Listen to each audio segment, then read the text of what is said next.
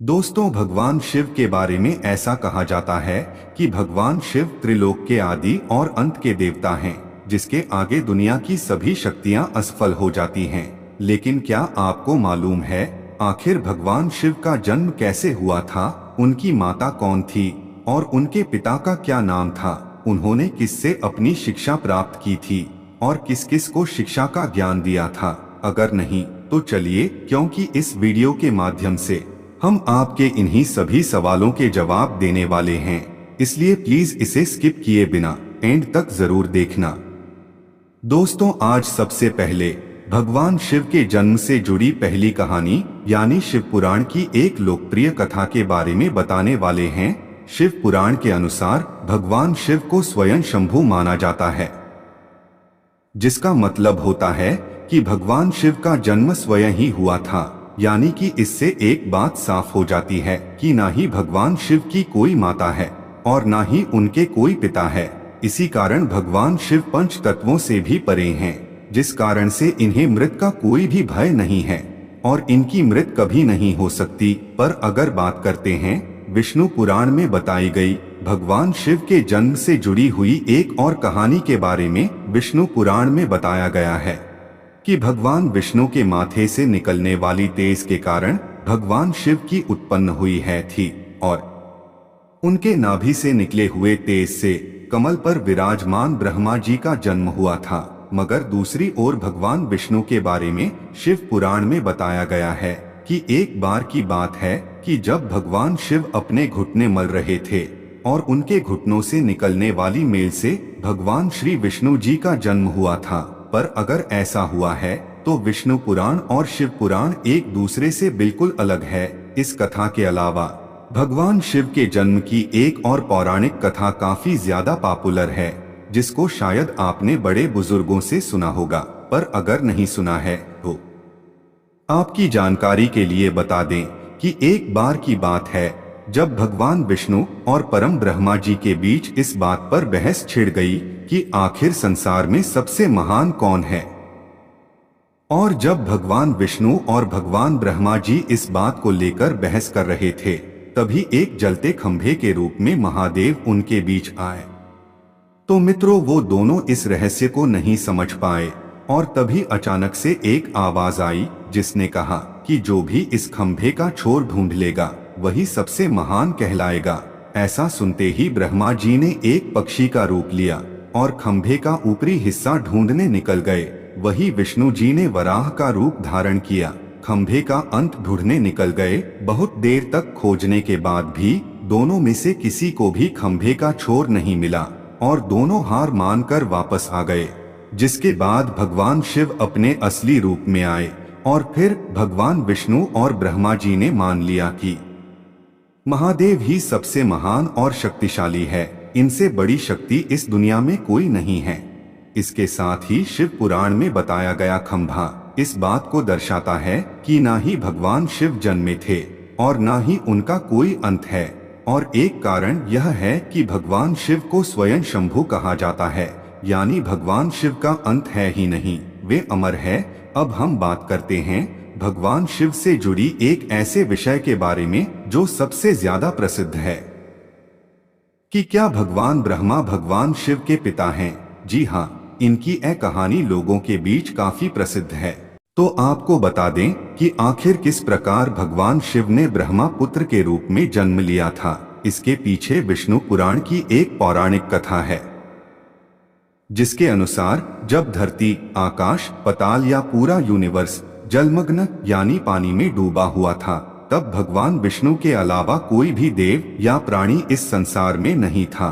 तब केवल विष्णु भी जल सतह पर अपने शेषनाग पर लेटे हुए नजर आ रहे थे।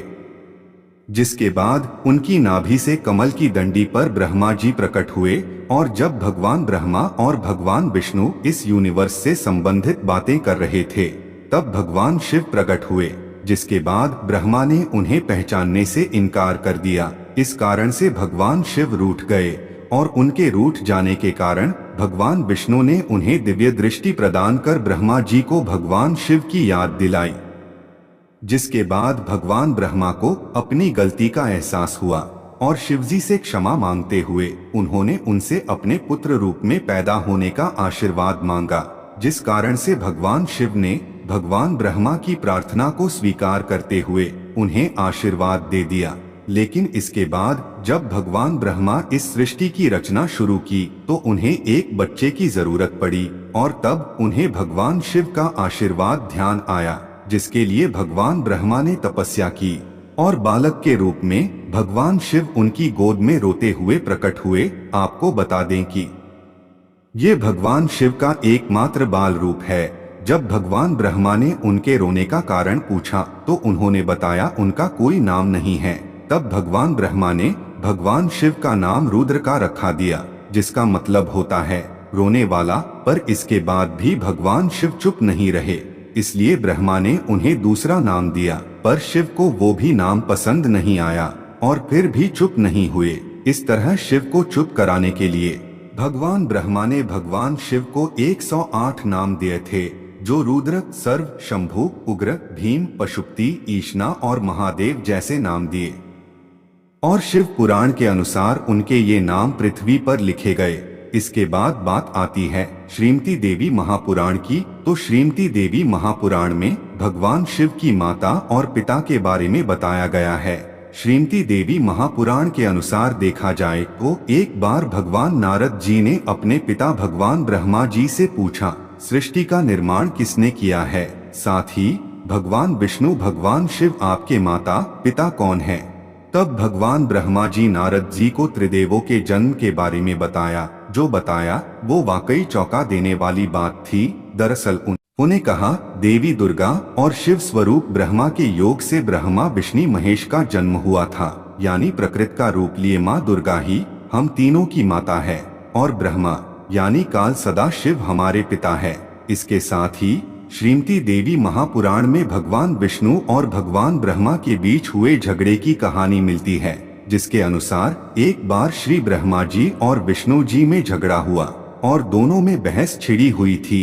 तब भगवान ब्रह्मा ने कहा, इस पृथ्वी को मैंने बनाया है और मैं ही प्रजापिता हूँ। जिसके जवाब में भगवान विष्णु जी ने कहा कि मैं आपका पिता हूँ, क्योंकि आप मेरी नाभि से निकले हुए कमल से पैदा हुए हैं।